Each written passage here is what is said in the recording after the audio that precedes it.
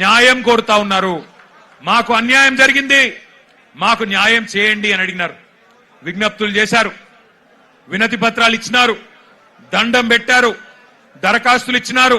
చివరికి సోనం వాంగ్చుక్ గారు నిరాహార దీక్ష కూర్చున్నారు. ప్రజాస్వామికంగా గాంధేయ మార్గంలో మహాత్మా గాంధీ గారు చూపెట్టిన బాటలో చివరికి నిరాహార దీక్షకు జంతర్ మంతర్ దగ్గర కూర్చున్నాడు. ఎట్లా అయితే పెద్దలు కేసీఆర్ గారు ఆనాడు తెలంగాణ కోసం చావు నోట్లో తలబెట్టిండో అట్లాగే ఈ పిల్లలకు న్యాయం జరగాలి, ఈ పిల్లలకు జరిగిన అన్యాయం సరిదిద్దాల కేంద్ర ప్రభుత్వం, అకౌంటబిలిటీ రావాలి, జవాబుదారితనం ఉండాలి సిస్టంలా. అదే విధంగా విద్యా విధానంలోనే సంస్కరణలు రావాలి, రిఫార్మ్స్ రావాలని చెప్పి సోనం వాంగ్చుక్ గారు నిరాహార దీక్ష కూర్చుంటే ఒక్క మీడియా సంస్థ చూపెట్టదు, ఒక్క మీడియా ఓడు రాడు. భయం. ఏం చేస్తారో, ఎక్కడ ఐటీ దాడులు చేస్తారో, ఎక్కడ సిబిఐని పంపిస్తారో, ఎక్కడ ఈడీని పంపిస్తారో, ఎక్కడ తమ వేట కుక్కలను పంపి ఇబ్బంది పెడతారో అని భయం. మీడియా రాలే. కానీ ఏం చేసింది జెన్జీ, యంగ్ జనరేషన్ ఏం చేసింది? ఏ మీడియా గిడియా జాంతానై, మా సోషల్ మీడియా ఉంది చాలు అని చెప్పి ఇవాళ దేశం మొత్తాన్ని కదిలిచ్చింది. అందుకే అంటా ఉన్న మోడీ గారు, మీరు పెట్టుకోకూడనలతో పెట్టుకున్నారు, ఎవరితోనైతే పెట్టుకోవద్దో వాళ్ళతోనే పెట్టుకున్నావు, నువ్వు కొరివితో తలగొక్కున్నావు.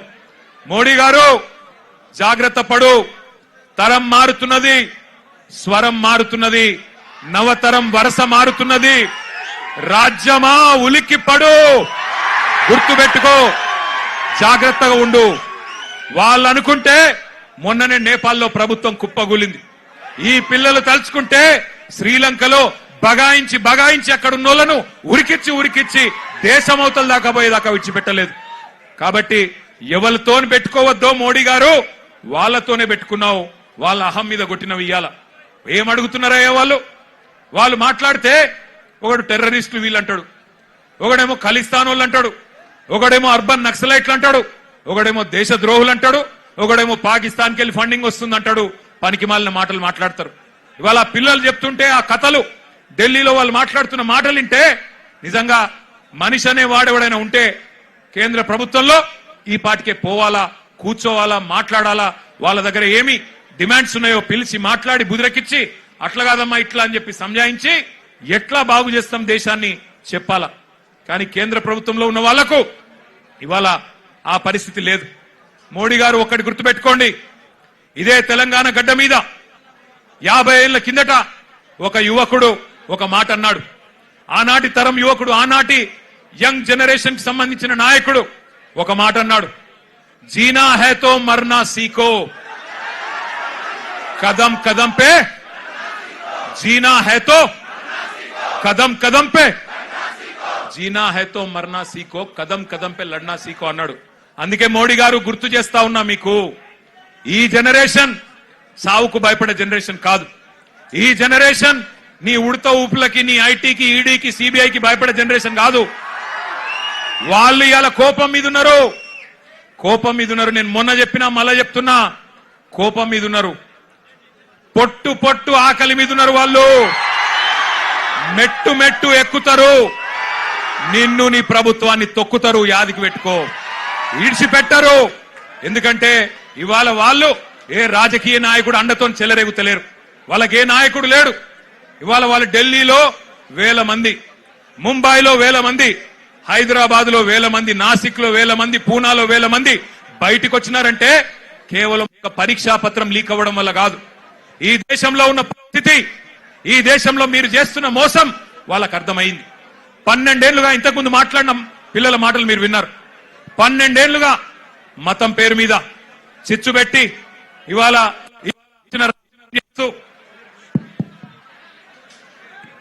ఇష్టం వచ్చిన వ్యవహారం చేస్తూ మతం పేరు మీద రాజకీయం చేస్తూ మీరు ఏ రకంగా తప్పించుకుంటున్నారో, ఏ రకంగా అసలు పని చేయకుండా ఎట్లా ప్రజల్ని మోసం చేస్తున్నారో ఇలా వాళ్ళకి అర్థమైంది.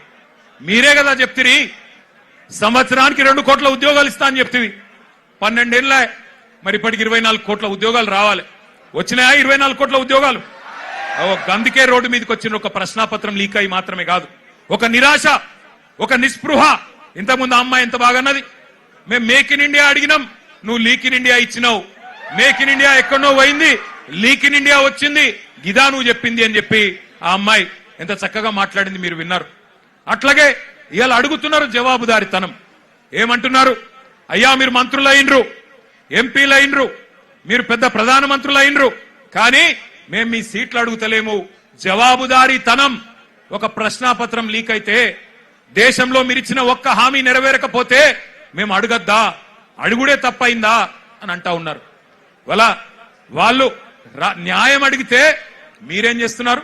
రాజ్యం హింసకు దిగుతున్నది. పోలీసోళ్ళు, ఐపీఎస్ ఆఫీసర్లు ఆడపిల్లలను చెంప మీదకెళ్ళి కొడతా ఉన్నారు. పోలీస్ వాళ్ళు లాఠీలతోని ఆడపిల్లల్ని కొట్టకూడని చోట కుల్లబొడుస్తా ఉన్నారు. ఇవన్నీ వీడియోలు ఉన్నాయి, నేనేదో ఊరికే చెప్పట్లేదు. అందుకే ఇవాళ హైదరాబాద్ వేదికగా ఆ పిల్లల డిమాండ్లకు మద్దతుగా ఢిల్లీలో జరుగుతున్న జంతర్ మంతర్లో జరుగుతున్న దమన కాండకు వ్యతిరేకంగా మా నాయకుడు కేసీఆర్ గారి ఆదేశం మేరకు మొత్తం పార్టీ అంతా ఇక్కడికి వచ్చి ఆ పిల్లలకు సంఘీభావంగా అండగా, ఇందులో రాజకీయం లేదు. ఎలక్షన్లప్పుడు చూసుకుందాం రాజకీయం.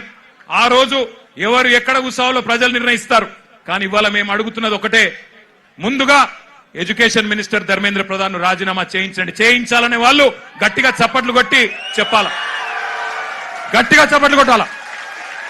రెండవది, ఆ పిల్లల మీద పెట్టిన కేసులు చాలా మంది పిల్లల్ని దేశవ్యాప్తంగా కేసులు పెట్టినారు. బేషరతుగా పిల్లలకు క్షమాపణ చెప్పి కేసులు వెంటనే ఎత్తేయాలని చెప్పి గట్టిగా చప్పట్లతో మరి కేంద్ర ప్రభుత్వాన్ని డిమాండ్ చేద్దాం. ఇంకొద్ది గట్టి కొట్టాల చప్పట్లు. పిల్లల మీద పెట్టిన కేసులు